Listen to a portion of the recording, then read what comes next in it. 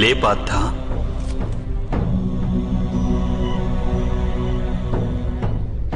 శ్రద్ధగా విను.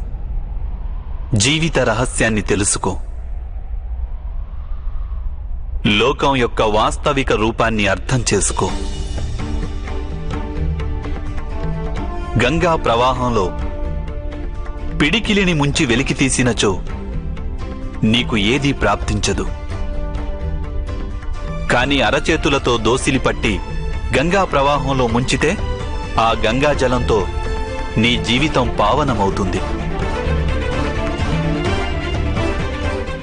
పరబ్రహ్మం విభాజన చెంది పురుషుడు ప్రకృతి ఉద్భవించాయి. అప్పుడు పురుషుడు అంటే పరమాత్ముని అంశ ఆత్మగా మారి ప్రకృతిలోని ప్రతి వస్తువులోనూ నివసించడం జరిగింది. ఆ ఆత్మను మోహం, అంధకారం ఆవరించాయి పార్థ. ఆ మోహ నిద్ర నుండి జాగృతమై తనని తాను పరమాత్ముని అంశగా తెలుసుకోవడమే ఆత్మ యొక్క కర్తవ్యం, ఉద్దేశ్యం. అదే జీవన కార్యం. కాని మాధవ, ఒకవేళ ప్రతి ఆత్మ పరమాత్మ అంశ అయితే మరి ఉన్నతి అధోగతి స్వయంగా పరమాత్మే చేస్తున్నాడా? బురదలో పడిన రత్నం ఏ విధంగా ప్రకాశించదో అదే విధంగా ప్రకృతిలోని 24 పదార్థాల నుండి వేరైన ఆత్మ అది ఒక పరమాత్మ అంశే అనే సత్యాన్ని విస్మరిస్తుంది. ఆత్మలు ఎక్కువ శాతం తమ దేహాన్నే సర్వస్వంగా భావిస్తాయి. తాము దేహానికి భిన్నమని అవి తెలుసుకోలేకపోతాయి. శరీరానికి కలిగే సుఖం, దుఃఖం, రుచి, వాసన ఇత్యాది అనుభవాలను అవి తమ అనుభవాలని భావిస్తుంటాయి. అసలు మార్పు కోసం ప్రయత్నం కూడా చేయవు.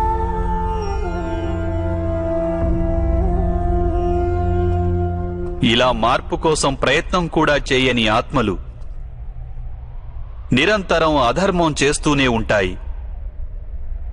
వాటిని జాగృతం చేసేందుకు దండన విధించడం అనివార్యం.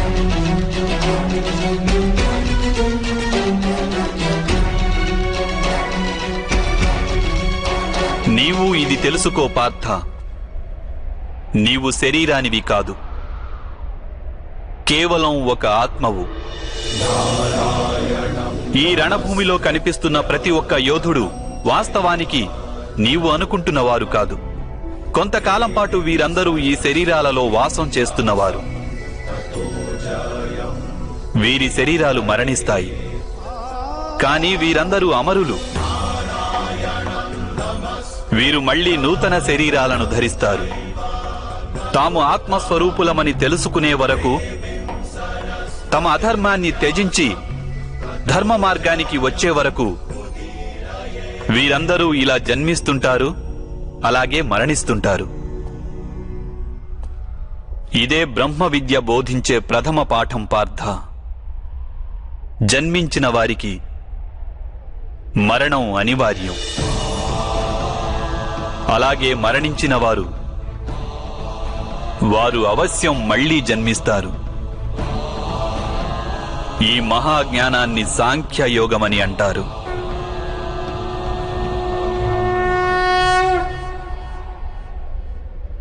ధర్మం, అధర్మం అంటే ఏమిటి మాధవ? ఏ మార్గాన్ని అనుసరించి మనిషి తాను ఆత్మస్వరూపుడనని గుర్తిస్తాడో, పరమాత్ముని అంశగా ఉద్భవించానని తాను తెలుసుకుంటాడో ఆ మార్గాన్నే ధర్మమని అంటారు.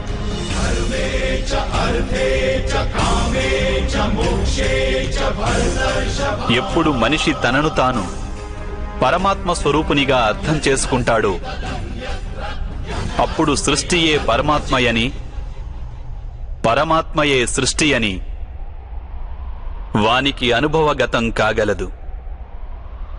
సృష్టికి పరమాత్మకు ఏ భేదమూ లేదు.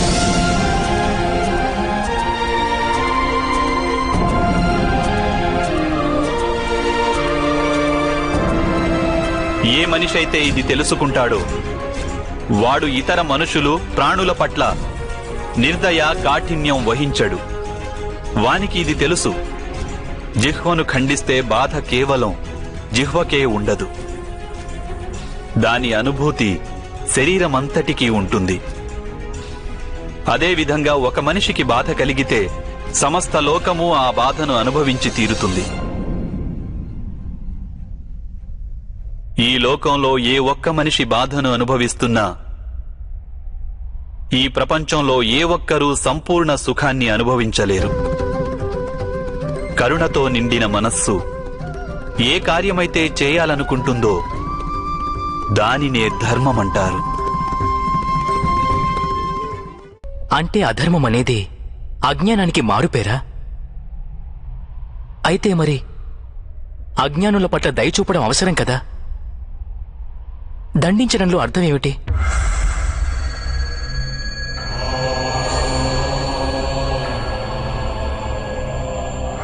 అజ్ఞాని జ్ఞానం విలువను తెలుసుకునేందుకు సిద్ధంగా లేకుంటే, జ్ఞానం వైపు దృష్టి సారించేందుకు సిద్ధంగా లేకుంటే, అప్పుడు దండనే దయ అవుతుంది.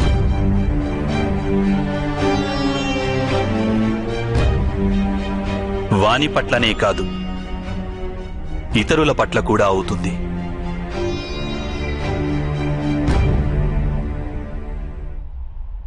సృష్టిగతి సదా పరమాత్మ వైపే ఉంటుంది. ఇది అనివార్యము. కాని అప్పుడప్పుడు ఒక దుస్థితి ఉత్పన్నమవుతుంది. అజ్ఞానం, మోహం, అధర్మం పెరిగిపోతుంటాయి. లోకంలో ధర్మం లుప్తమవుతుందన్న భయం ఉత్పన్నమవుతుంది. లోకంలో ధర్మం లుప్తమైపోయినప్పుడు కరుణ నశించిపోతుంది. అదేవిధంగా సత్యం కూడా నశించిపోతుంది. రానున్న తరాలకు ధర్మం ప్రాప్తించాలంటే ఈరోజే అధర్మాన్ని నాశనం చేసి ధర్మాన్ని పునఃస్థాపించడం అనివార్యము పార్థ.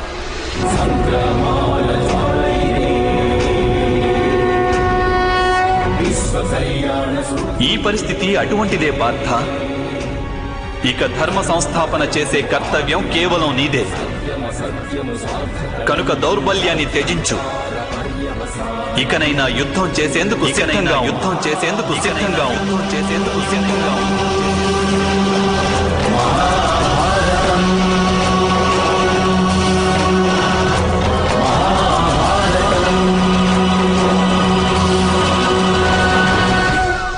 మరి నా చేతులలో హత్యలు జరుగుతాయి మాధవ. నా కారణంగా ఇంకొకరి ప్రాణాలు పోతే నాలో ఉన్న కరుణ నశించినట్లు కాదా మాధవ? అయినా ఒకవేళ ధర్మానికి ఆధారం కరుణ అయితే మరి నా ఆత్మకు కర్మబంధం ఏర్పడదా?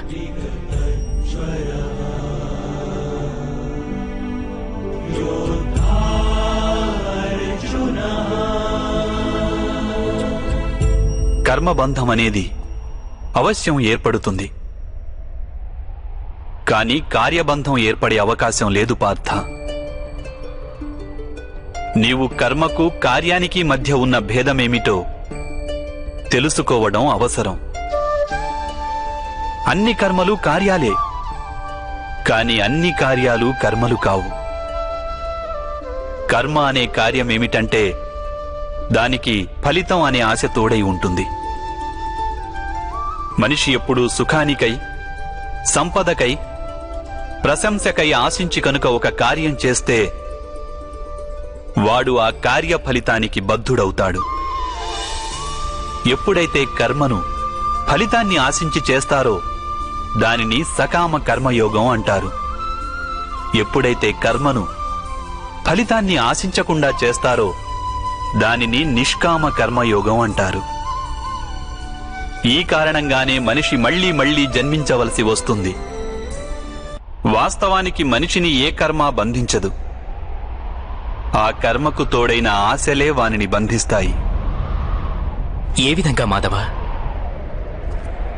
ఈ యుద్ధంలో గెలవాలన్న కోరిక నీకుంటే అందులో పరాజితుడవైతే నీకు దుర్భరమైన దుఃఖం కలుగుతుంది. ఆ దుఃఖం నీ చేత ఇతర కార్యాలు చేయిస్తుంది. దానివలన నీవు మళ్లీ జన్మించవలసి వస్తుంది. యుద్ధంలో నీవు విజయుడవైతే నీలో అహంకారం పెరుగుతుంది. ఆ అహంకారం నిన్ను విశ్వవిజేతవు కమ్మని ప్రేరేపిస్తుంది. నీ చేత హత్యలు చేయిస్తుంది. ఆ పాపం నిన్ను బంధిస్తుంది. ఆలోచించు. ఒకవేళ నీకు ఈ యుద్ధం పట్ల విజయానికై మోహం గాని పరాజయ భయం గాని లేకుంటే ఈ యుద్ధం పూర్తయ్యాక నీకు సుఖం ప్రాప్తిస్తుందా లేక దుఃఖం ప్రాప్తిస్తుందా? సుఖం కాదు మాధవ, దుఃఖం కూడా కాదు. అంటే నీకు లభించే సుఖం, దుఃఖం, ఆవేదన, నిరాశ, అహంకారాలకు యుద్ధం కారణం కాదు. యుద్ధం పట్ల నీ మనస్సును ఎన్నో ఆశలు చుట్టుముట్టి ఉన్నాయి. అదే కారణం. నేనంటున్నది సత్యం కాదంటావా పార్థ?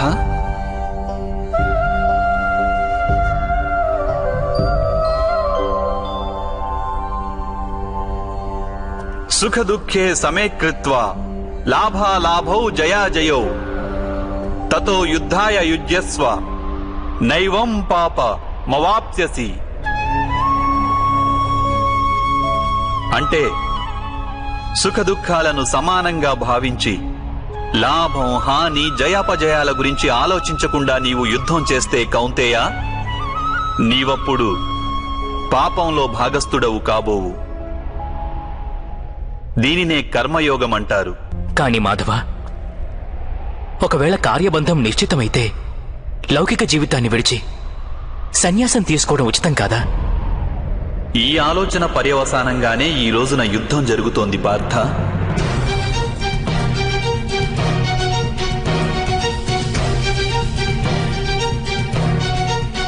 ఆలోచించు.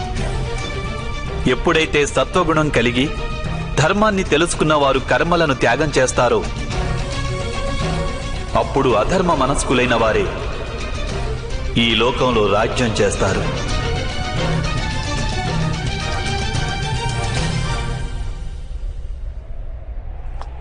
ఒకవేళ మహితాత్ములు లౌకిక జీవితాన్ని త్యజించి ఉండకుంటే ఈరోజు అధర్మం ఇంతగా పెరిగేది కాదు.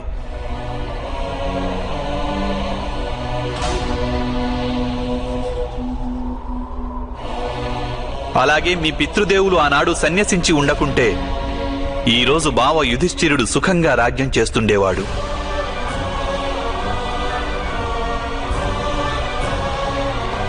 అలాగే తన ప్రజలకు న్యాయం, ధర్మం గురించిన జ్ఞానాన్ని అందించేవాడు.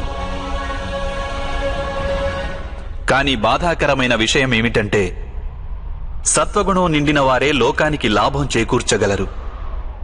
కానీ వారే సన్యసించాలని ఆలోచిస్తారు. జలం బాష్పంగా మారి ఆకాశానికి చేరుతుంది. ఇక బురద అక్కడే పడి ఉంటుంది. అలాగే సత్వగుణం గల సజ్జనులు లోకాన్ని త్యాగం చేస్తుంటారు. ఇక తమస్సులో ఉన్న అధర్మపరులు లోకంలోని కార్యాలు చేస్తుంటారు. ఈ కారణంగానే లోకంలో పాపం, అధర్మం పెరుగుతుంటాయి.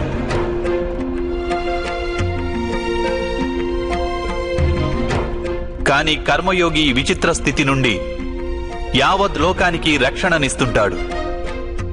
కర్మయోగి కర్మ ఫలితాన్ని త్యాగం చేస్తాడు, కాని కర్మలను త్యాగం చేయడు. వాడు ఈ లోకంలోనే ఉంటాడు. సన్యాసి మాదిరిగా అన్ని కార్యాలను చేస్తుంటాడు, కాని వానిలో ఆపేక్ష ఉండదు.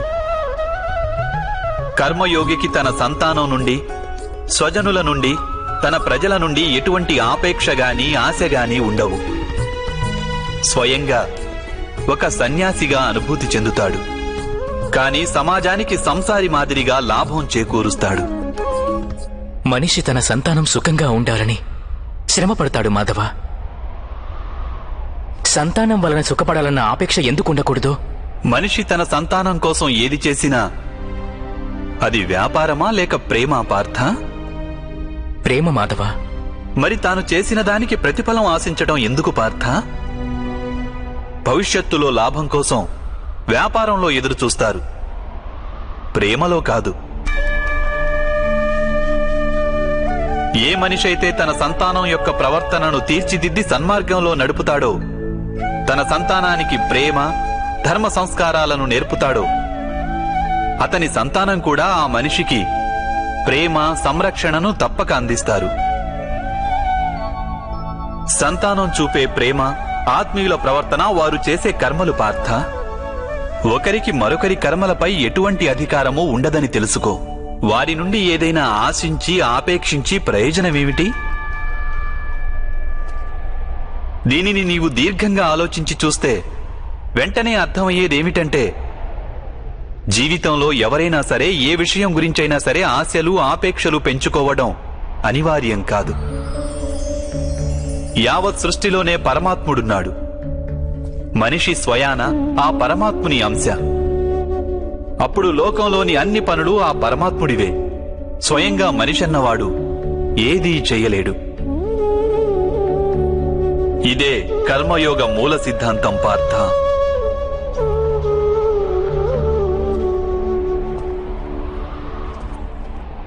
ఇప్పుడు నీవు కూడా కర్మయోగిగా మారి ఈ యుద్ధం చెయ్యక తప్పదు పార్థ. త్రైగుణ్య విషయా వేద నిస్త్రైగుణ్యో భవార్జున, నిర్ద్వంద్వో నిత్య సత్వస్థో నిర్యోగ క్షేమ ఆత్మవాన్. 3 గుణాలను త్యజించి నిర్గుణుడివి అయిపో పార్థ. ద్వంద్వ ప్రవృత్తి నుండి ముక్తి లభిస్తుంది. సత్వగుణంతో విరాజిల్లుతూ పరమాత్మునిపై మనస్సును లగ్నం చేసి నీ కర్తవ్యాన్ని నిర్వహిస్తూ ఉండు. నేను నా బుద్ధిని పరమాత్మపై స్థిరంగా ఉంచి కర్మయోగిగా మారేందుకు మార్గమేమిటి మాధవ? పార్థ, సాంఖ్యయోగం వలన మనిషి పరమాత్మను నిరంతరం స్మరిస్తూ ఉంటాడు. పరమాత్మను స్మరించడం వలన మనిషి మనసులో అంకిత భావం ఉత్పన్నమవుతుంది. అటువంటి భావాన్ని భక్తి అని అంటారు. భక్తి వలన మనిషికి సత్య అసత్యాల జ్ఞానం లభిస్తుంది. ఆ జ్ఞానం వలన వాడు పరమాత్మను దర్శించగలుగుతాడు. అలా ఎవరైతే పరమాత్మను దర్శించగలుగుతారో వారే వాస్తవమైన కర్మయోగిగా మారగలరు. జన్మల పరంపర నుండి విముక్తి చెంది మోక్షాన్ని పొందగలుగుతారు. ఆత్మలన్నింటికీ అంతిమ లక్ష్యం అదే. ధర్మం యొక్క అంతిమ చరణం కూడా అదే. కానీ నేను పరమాత్మను దర్శించకుండా అంకిత భావం ఎలా వ్యక్తం చేయగలను మాధవ? ఈ సృష్టియే పరమాత్మ, పరమాత్మయే సర్వస్వం. పరమాత్మ కానిదంటూ ఇంకేమీ లేదు. ఎవరు తమ ఆత్మను దర్శించగలుగుతారో వారే పరమాత్మను దర్శించగలుగుతారు. ఏ విధంగా ఉప్పులోని ఒక కణానికున్న రుచి మహాసముద్రపు నీటి రుచికి భిన్నమైనది కాదో, అదేవిధంగా నీ ఆత్మను నీవు దర్శించడం పరమాత్మ దర్శనానికి భిన్నమైనది కాదు.